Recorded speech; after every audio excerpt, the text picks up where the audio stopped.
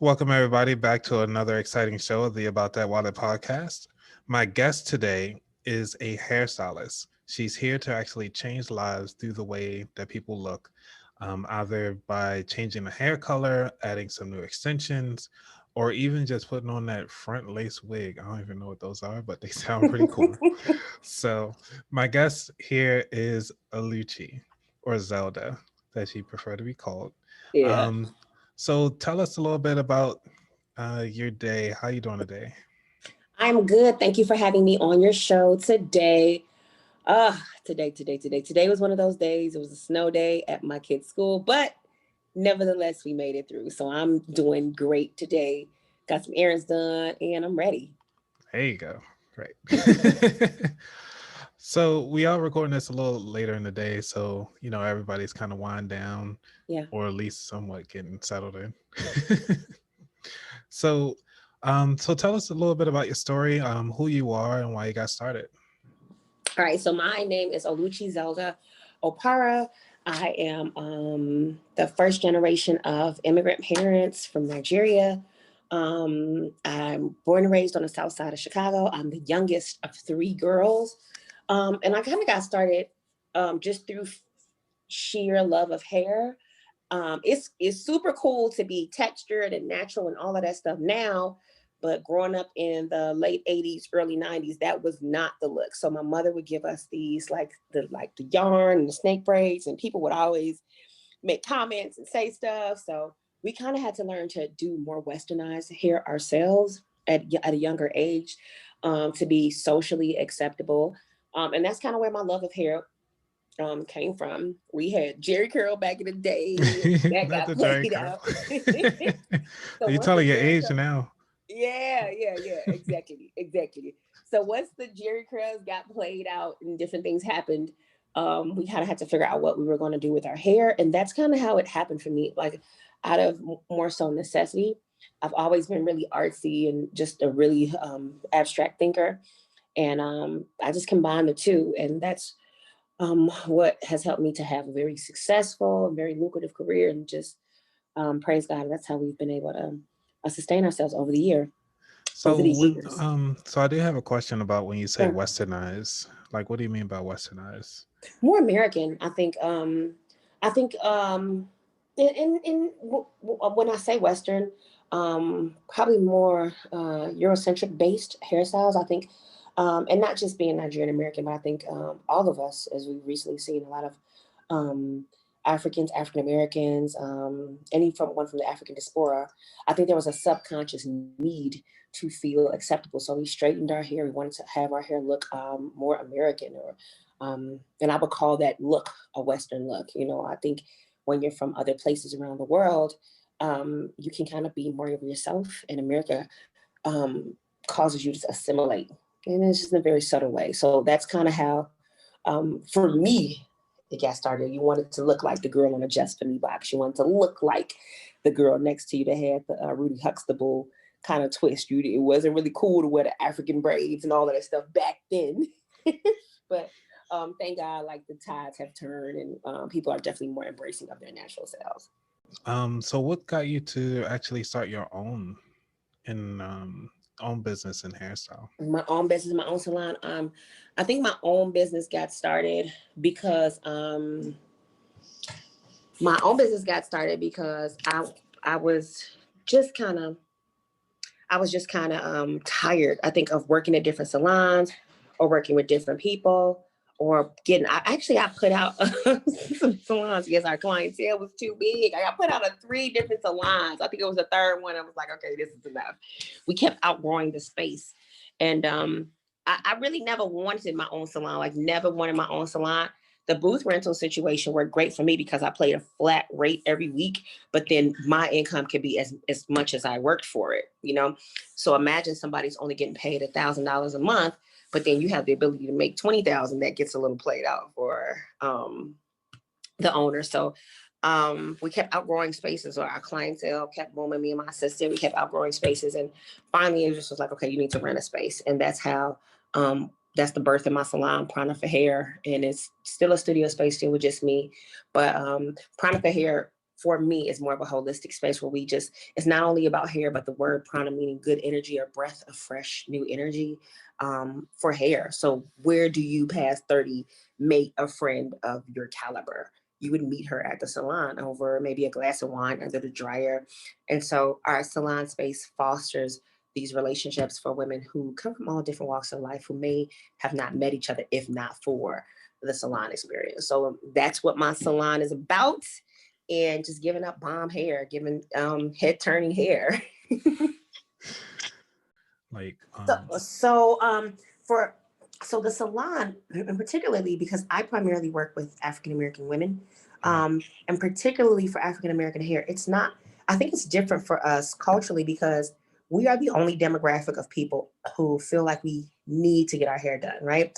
Other people view, or other cultures get to view their hair services as luxuries, even though it's still a luxury, right? We don't necessarily have to have our hair done.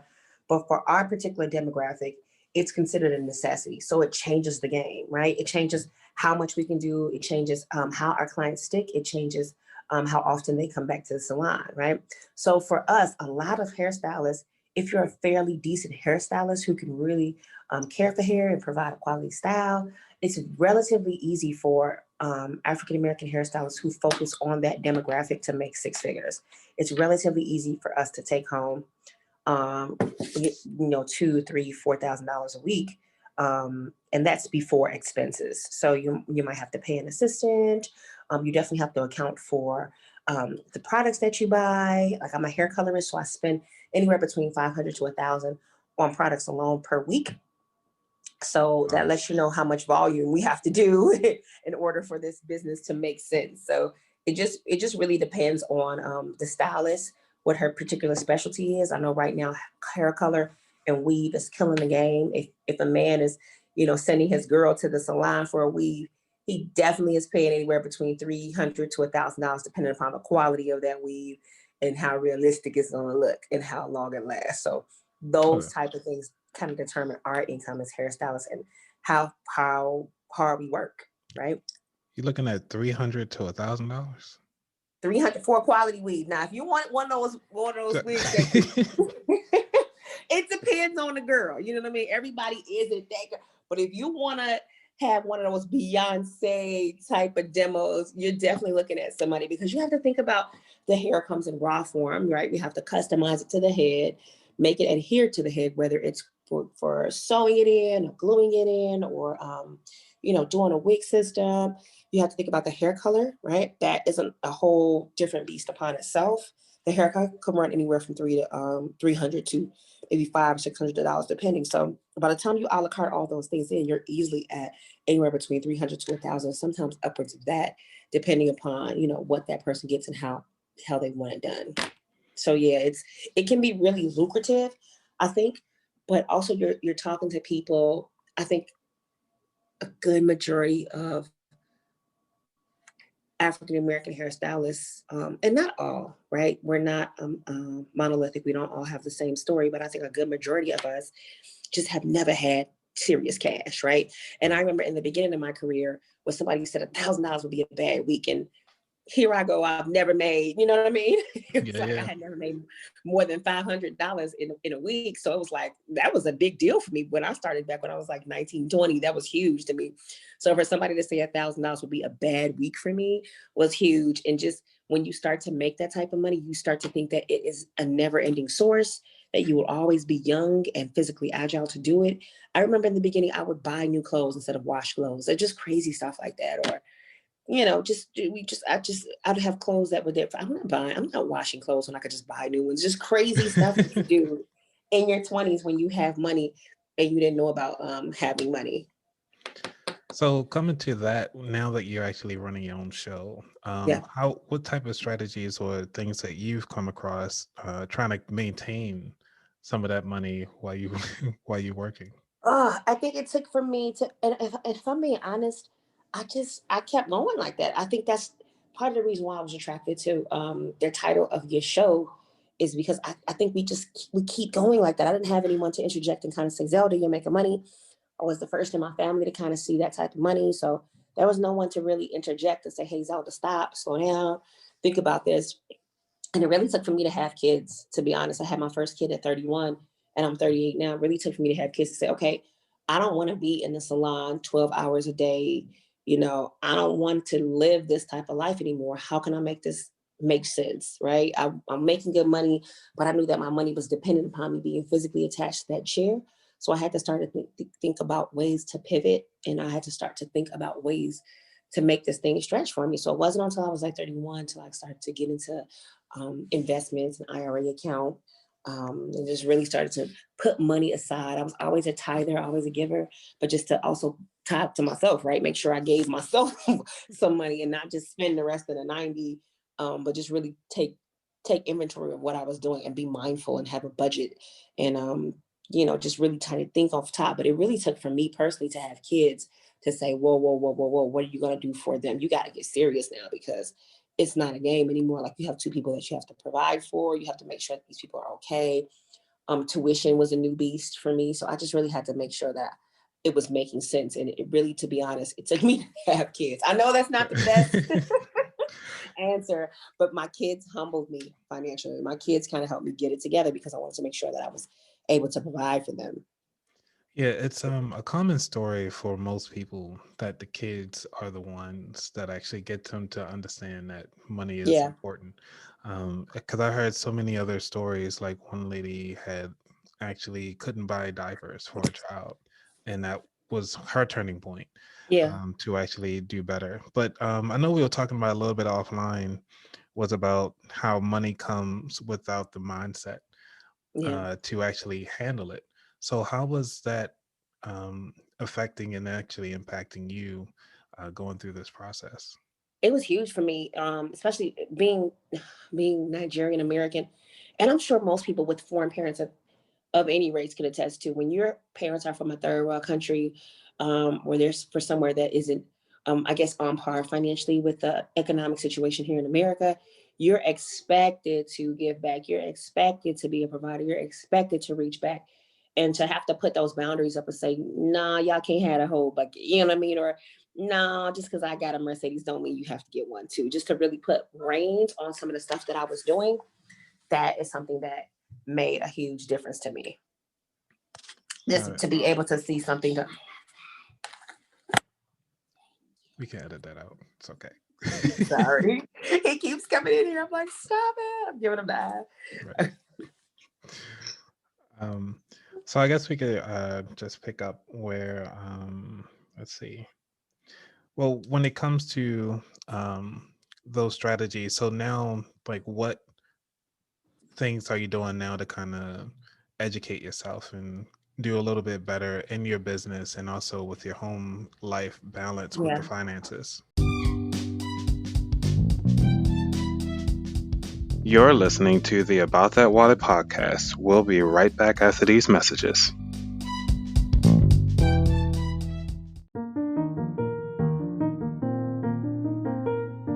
If you are enjoying this episode or finding anything useful, please consider leaving a review on iTunes, Spotify, or anywhere on the internet. It is one of the best ways you can help new listeners find me, such as yourself. You can always support this podcast by going to patreon.com/about that wallet or anchor.fm/about that wallet. Okay, I think for me, sticking to a budget was huge. Just creating a worst case scenario budget. Like, I know that my minimum, for me, I looked at the last 12 months, and I'm not saying that this is, anybody should do this. I'm just saying what I did, right? I looked Mhm. at the last 12 months income, and I went on a week by week basis. Like, what's the average that I would make? What was my lowest week and what was my highest week? And I start to look at like peaks and valleys, because generally my income kind of had a trend, right? So for me, I took a budget and I went with the lowest week possible, and I started to live my life around that. And then anything excess of that, I moved into my IRA. So I had an account where I saved. I did I call it the gym. I started to look online, YouTube, find people that were into personal development. And there was a particular guy, Jim Rohn. He's not alive anymore, but he just spoke to me somehow online. And he says, use the 70-30 method, where 70% of the income is yours, and there was 10% for saving, 10% for giving, and then 10% for investing. And so that's kind of how I moved my money. And I just, the main thing I had to do was to put everything in a pot at once. But as you're a hairstylist, you know, somebody give you a $300 cash here, $100 cash there, and you would spend some before it even got to the pot. So I feel like the first thing you should do is put everything to the pot, figure out what your average weeks are, go for the lowest week and create a budget around your lowest week. Because when you're making cash and, you know, you can kind of predict, but sometimes things get unpredictable, right? Like today, there was a huge snowstorm in Chicago. So school was shut down. I'm sure people's appointments got closed.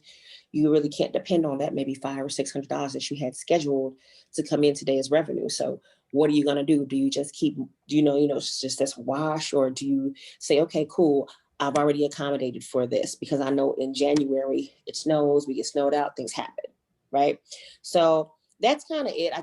Those are the things that I did to kind of get me back on track and to make sure that I had a consistent amount of money that I was putting in. I know that if my worst week was a $2,000 week, I can kind of budget around $2,000. And then I can have some money put up for days like today, where you have a book of maybe 5 or 6 people that canceled, and now you're out of $500 or $600. You know, it's not as a big of a loss because I've already had a little bit of a cushion to be like, okay, I can afford to eat that today. If that makes sense, you know? Yeah, it makes perfect sense. Yeah. And that's the reason why I like the personal finance piece of it, because you find out what things that actually work for you. And I've heard of the 70-30 budget, but for the listeners who haven't heard of it, can you say that one more time? Because I know you were just rolling through it. Oh, yeah. So the 70-30 budget is where you essentially live off of 70% of your income. And then you take the rest of the 30 and you cut it up into 10 pieces, into 10, 10, and 10. So 10% will go to like giving, tithing, or some type of charitable donation. And I believe in the spiritual component for that. I know that's not for everybody, but for me, I do believe in the spiritual component of that. The second one would be 10% is for yourself. You can save it, or you can pay yourself that 10%. And then the other 10% is for investing. So it would be for any type of investments that you had, if you had a stock or real estate, or a way to grow that 10%. So that when you're looking at the end of the year, you didn't just pay everybody else first.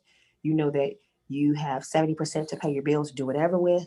And then you had the 30% allocated for something not, bills or emergency or whatever fun. And what I have found is that you actually are straight with the 70%. You don't miss the 30%. I'll say that. You don't really miss it. You begin to adjust. You begin to appreciate the financial muscle that you're growing, and the discipline of actually seeing the money in your account. Because before, I would see the money in the boots and the shoes and the snakeskin wallet.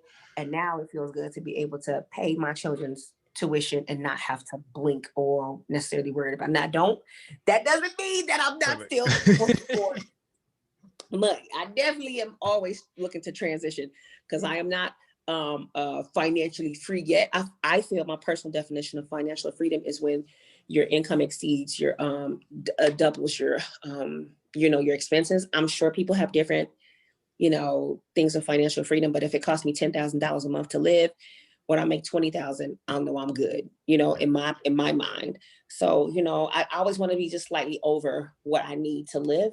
But I find that if you decrease what you need to live, then you'll be okay. I think sometimes we think we need this to live, and we really don't. I don't have cable right now. I'm hardly home to watch it. I'm like, why am I? This is a $200 a month expense. I'm super frugal in certain areas. Like, I don't have to have all the latest and the greatest in clothes anymore. As long as I'm decent and presentable, I'm good with that. I've become such the Target mom. Or Target. Target, right? Like, I'm super good with just kind of chilling. So yeah.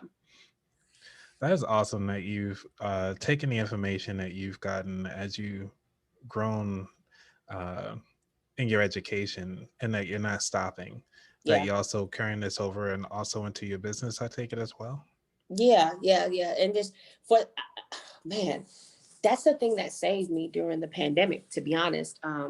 Because I had 2 employees, you know what I mean? So it's one thing when you're a boss and you're kind of self-employed, but then when you have 2 assistants that you had, like, it wasn't just me that went through, it was like the business, like, yo, they have like family and things that they have to take care of. And that is, it just was like, whoa. So if I didn't have the money put aside, I wouldn't be able to still make sure my assistants were good.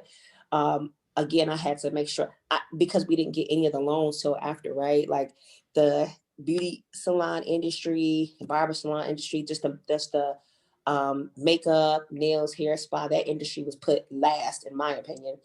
So we really didn't get approved for a lot of the loans and the grants because our businesses weren't like, what they were looking at as viable businesses, or they kind of looked at us like, eh. So fortunate for me, I had all my stuff legit. I had my paperwork legit. That helped push some of the process along. I got a PPP loan, but it was at the end of May and we went back to work in June. So from March, April, and May, I lived out of my saving, making sure that the rent for my house was paid, the rent for the salon was paid, the car note was paid, the insurances, the investments, nothing stopped because I developed this mindset a couple of years ago. So I'm super thankful that I wasn't in like a scramble or a crunch because I'm familiar with what that feels like. Yeah. So Yeah. is that something that you also talk to your employees about too, just to kind of make sure that they can um, live Yeah. through another pandemic or something like that? How is that conversation going? You know what? I hope we don't have another one. Let me just say that. I hope we don't have another one. I have one of my assistants. She's part time. We kind of had to do a lot of adjustments, and man, COVID was terrible, but it was also a blessing. Um, respectfully, I don't want to take it lightly, but it opened my eyes even more about the need to have more than one income, the need to be able to say, okay, cool, we have to learn how to pivot at any moment, and not just save and have good financial management, but also being able to pivot into something different. And that's exactly why I started to do online education, because it just didn't make sense to have to, we can't do the volume that we used to do post COVID. People are scared to come back to the salon. We do have some people that come back to the salon. We our business has been good, but pre-COVID, we can do up to 18 clients a day because people can sit by each other. We can do everything. Now we're doing anywhere between 10 to 12. So that's a huge jump if you're used to having an average client ticket of $100, $125, So it definitely, man, COVID made us, at least me, wake up. And I'm hoping that my assistants realize y'all might not do it if they shut us back down. Okay, you guys might be on your own. So yeah. Okay, then because I looked on your YouTube page and you had Okay. some things about how you're actually pivoting your business Yeah. during this time. Can you kind of go through some of those, which is how you're actually doing the social distancing and how you Yeah. actually providing stuff for your clients? Yeah. So we were supposed to. Oh man. So for coming back from COVID, we had to provide our clients, everybody had to provide hand sanitizers. We had to do temperature checks, mask if our clients don't have masks. We keep disposable masks in the salon because as you're getting your hair done, if hair color gets on the mask, you want to be able to change you out so you can be comfortable. Um, we had to get these plastic cape type things. So that was an expense that kind of went up, right? But it helps everybody feel safe, right? Then we had the added, I'm not going to say burden, but before COVID, we would clean the salon in one sweep at the end of the night. And now we're constantly disinfecting throughout the day. So we're disinfecting handles, we're spraying behind people.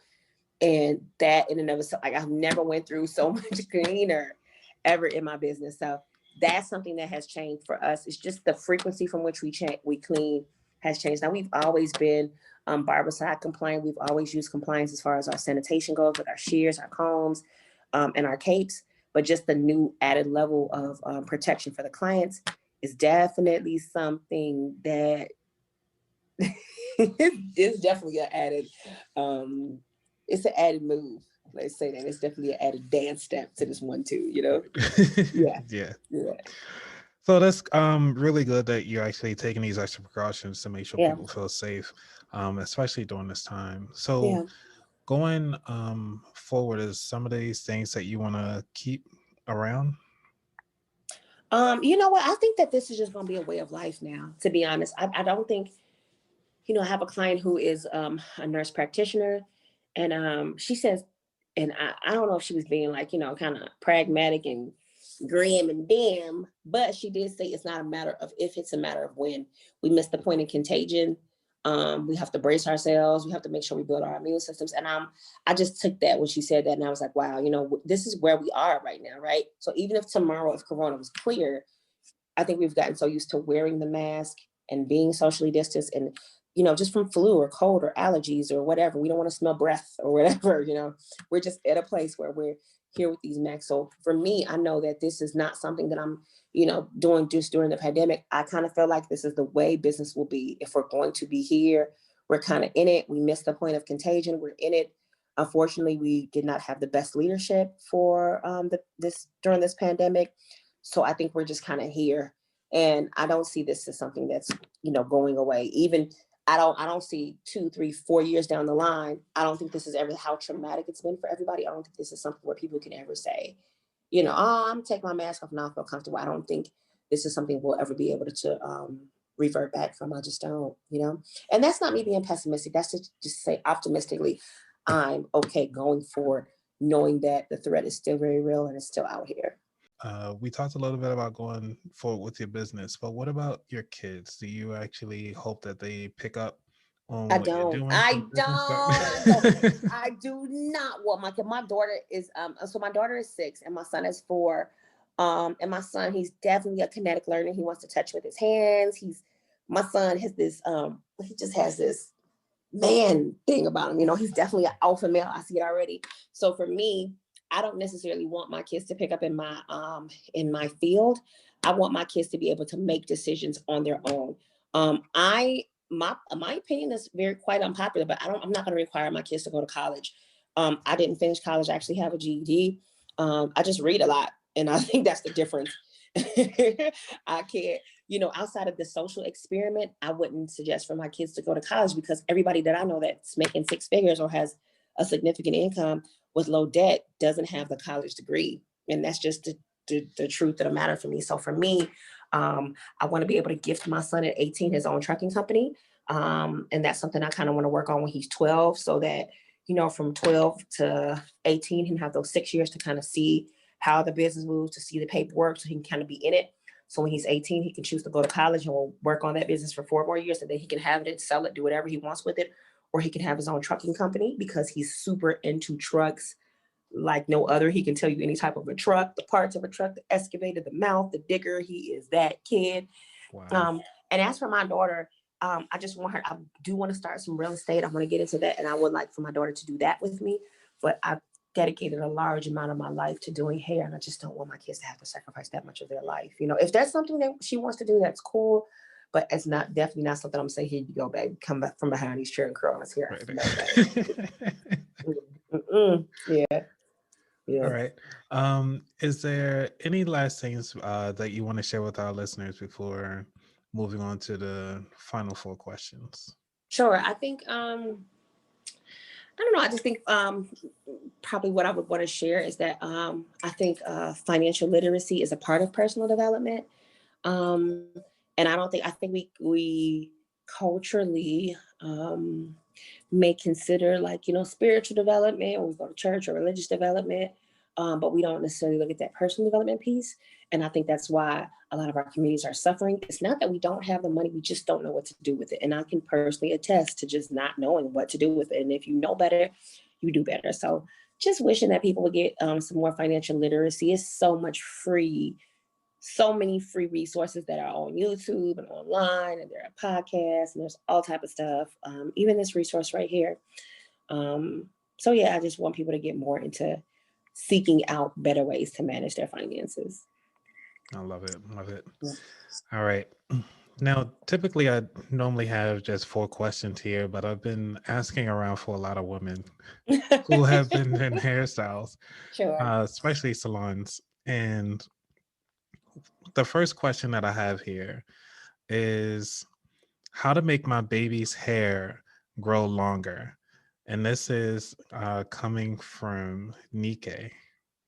Okay, so what I would say for Nike is number 1, to make sure that you're moisturizing her hair. And I think people forget that hair grows from the inside out. It is not something that, grows from the outside. There's nothing, once the hair is out of the hair already, that's what it is.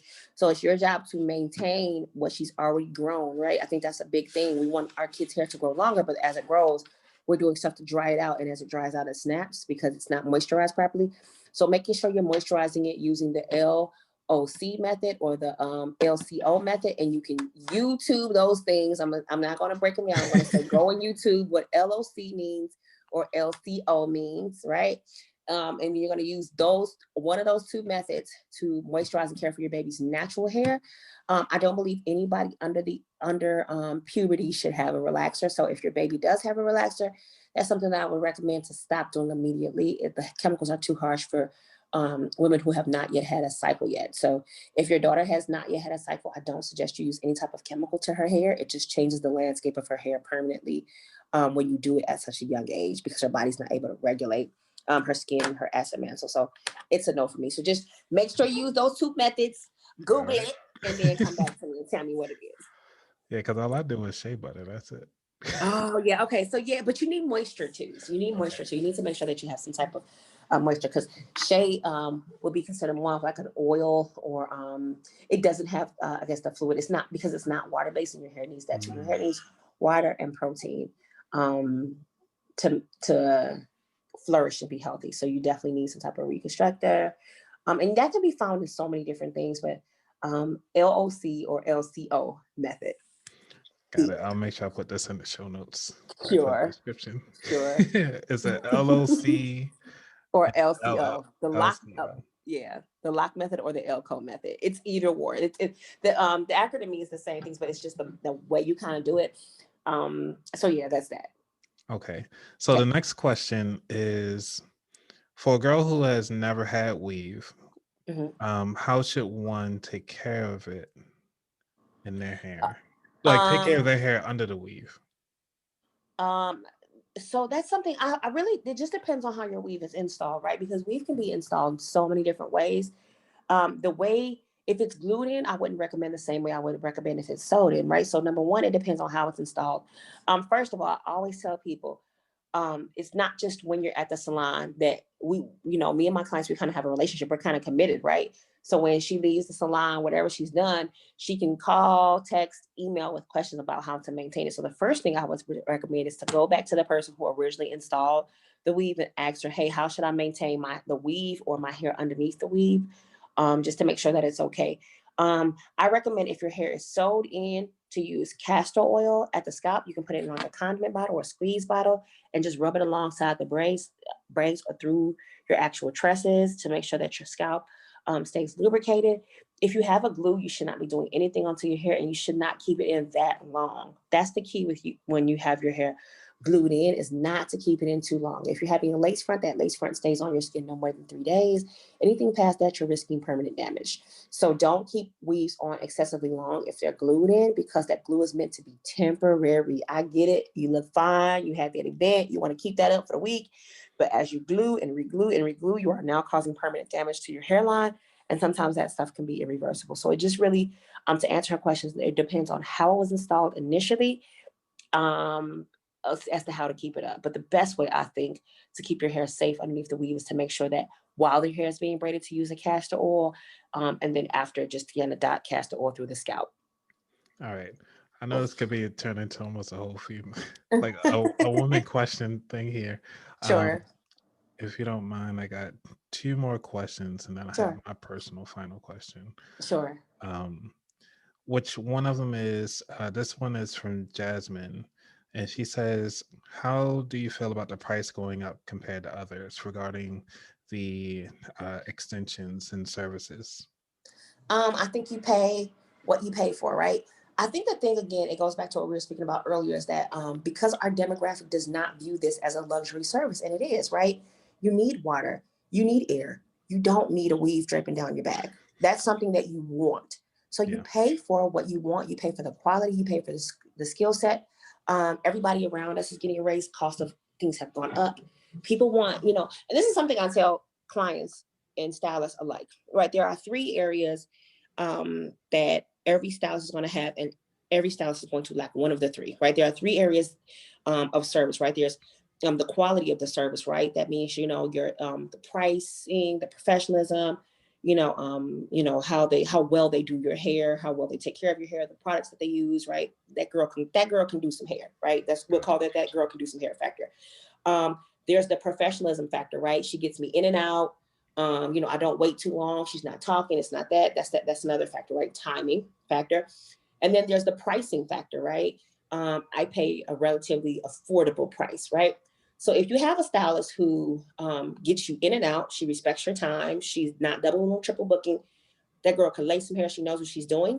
Guess what? You're going to be lacking price, because she doesn't have 12 clients to pay for this, right? She's using top-notch products. She's in class. She knows her stuff, right?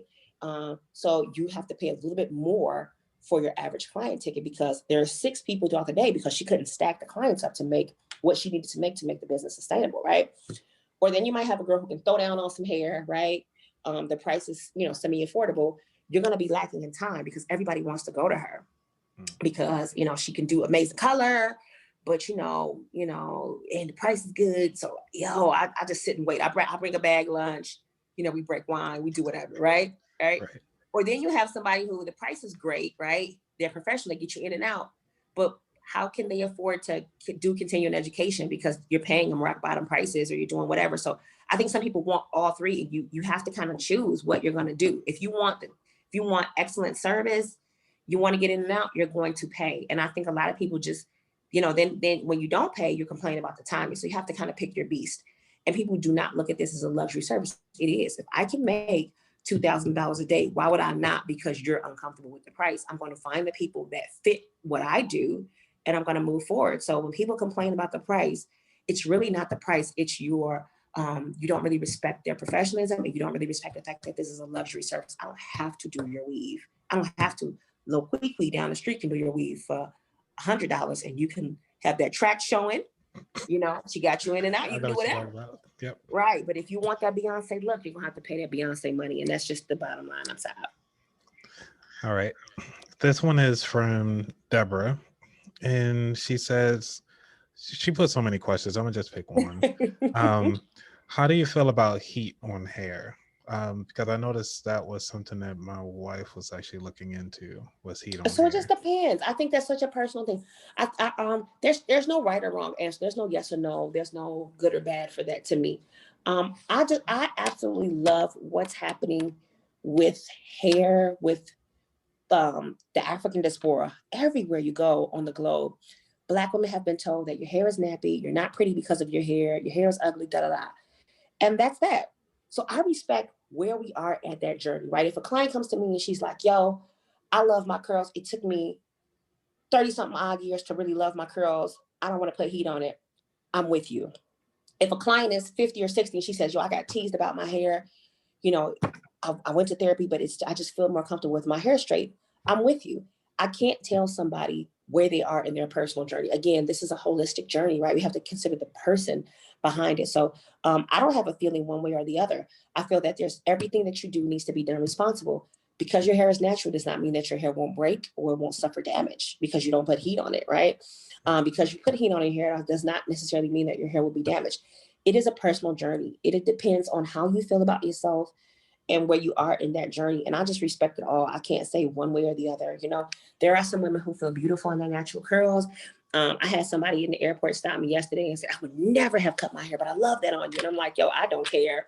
I will have a weave down my back. I just literally don't care.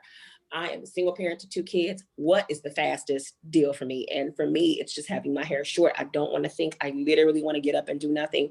The only thing I want to commit to is maybe throwing on some eyelashes and putting on some foundation to kind of clean up the spitballs on the side of my face. So it just depends on where you are with your journey. I never tell somebody that there's a wrong or right.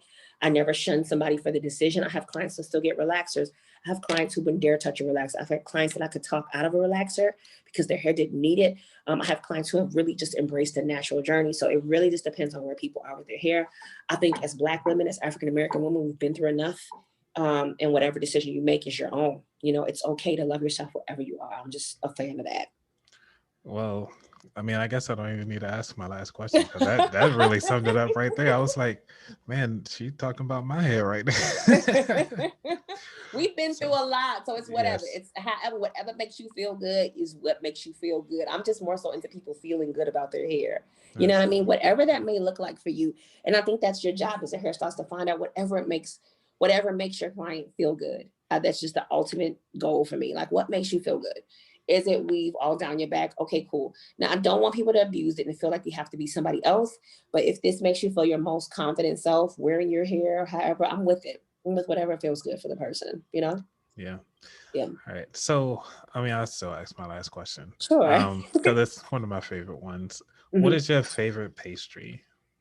My favorite pastry is a Danish, a They cheese Danish. the cheese. It's Hold up. What's cheese Danish? The one from the from supermarket? Starbucks. Yeah. You better know it. Warmed up twice. I say run that thing twice from Starbucks. Pay their or red velvet cupcake with some frosting. I don't need to be talking about nobody's Danishes, honey. I'm done. Okay, I'm a trip in June. I have to get this live body together. But my favorite pastry is a Danish, a cheese Danish. That's awesome. Yeah. So now when I go to Starbucks, I feel like, man, Zelda says she like those Danishes. Run it Try through it. You're gonna be twice. hooked. Right. I was You're like, gonna run be it through hooked. twice. You're gonna be hooked. You're going to be hooked. I guarantee you. Try it. All right, we'll do. So where can people find you on the internet? Sure. So currently you can find me on Instagram. That's where I personally have the most following. It is at OLUCHI Zelda, OLUCHIZELDA. The salon is at Prana for Hair, PRANAFORHAIR. Prana for Hair is the salon. OLUCHI Zelda is myself. You can find me at oluchizelda.com or pranaforhair.com, and those websites will be available February 1st, knock on wood, 2001. So if you go there now, you will see nothing because we are redoing it, rebranding, getting some things together. So we currently have our websites parked. We have the good fortune of having a super high influx of clients. So we had to shut down the booking portion, which was essentially the website, and just do it all over from scratch. So you can find us online. I am a DMable person. I know some people are not into DMs. I am a DMable person. I'll just ask for at least 24 to 48 hours for me to get back to you, myself or my assistant to get back to you. And yeah, that's it. That's where you can find me at. You can also find me on YouTube at YouTube/OLUCHI Zelda. Same thing, Facebook/OLUCHI Zelda. You can Google OLUCHI Zelda and find us. I'm everywhere under Yeah, OLUCHI everywhere, Zelda, right? right? Twitter, Clubhouse. I'm all of those things, okay? Yeah, I'm gonna definitely have to add all this inside the show notes for you. So Sure. Thank yeah. you. All right, everybody. Again, Alici, thank you so much Thank for you. coming on to the show. I'm sure the audience will definitely take away a lot from this, especially the hair care tips. I know Yeah. I will. I'm at the listen to the hair care products because since all I do is shea butter, I might need to add a little bit of extra water Oh, stuff. yeah. You need to switch it up. You need to switch it up. It's a reason I want people to look up the method because I don't want them to stop at what I say. There's so much information there, and I think you're just going to naturally gravitate to what works for you. Got it. Yeah. All right. Again, this is I'm your host Anthony, and this is the About That Wallet podcast. All right. Thank you. You're welcome.